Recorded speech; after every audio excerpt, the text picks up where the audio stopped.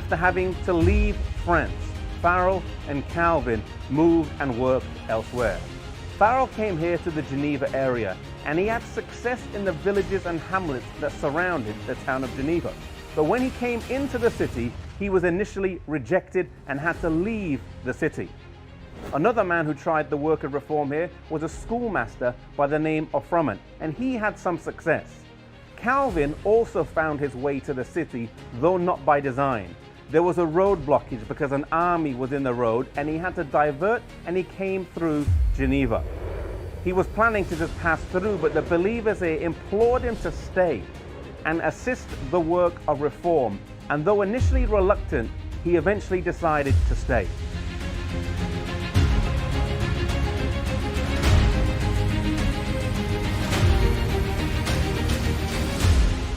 For nearly 30 years, he labored here in Geneva, firstly establishing a church that adhered to the morality of the Bible, and then for the advancement of the Reformation throughout Europe. His life as a public leader was not faultless, nor were his doctrines free from error, but he was instrumental in advancing truths that were of special importance and maintaining the principles of Protestantism against the errors of Rome.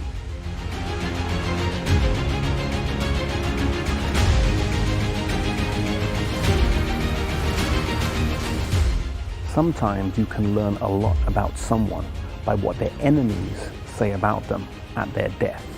Pope Pius IV said of John Kalvin, "The strength of that heretic Calvin consisted in this, that money never had the slightest charm for him.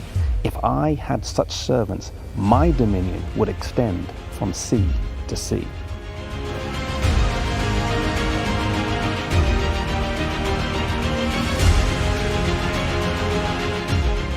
Calvin was a compulsive type A personality. He never wasted a minute. He preached 5 sermons a week, and he wrote a Bible commentary on virtually every book of the Bible. He also wrote countless theological articles on a wide variety of topics. He was not lazy. Even when he was on his deathbed, his friends urged him to refrain from his labors. He replied, "What? Should the Lord come and find me idle?" He lived a very modest life as well. He wasn't paid a large salary, but by the utmost frugality, he was able to save 3 years' annual salary that he left to his heirs when he passed away.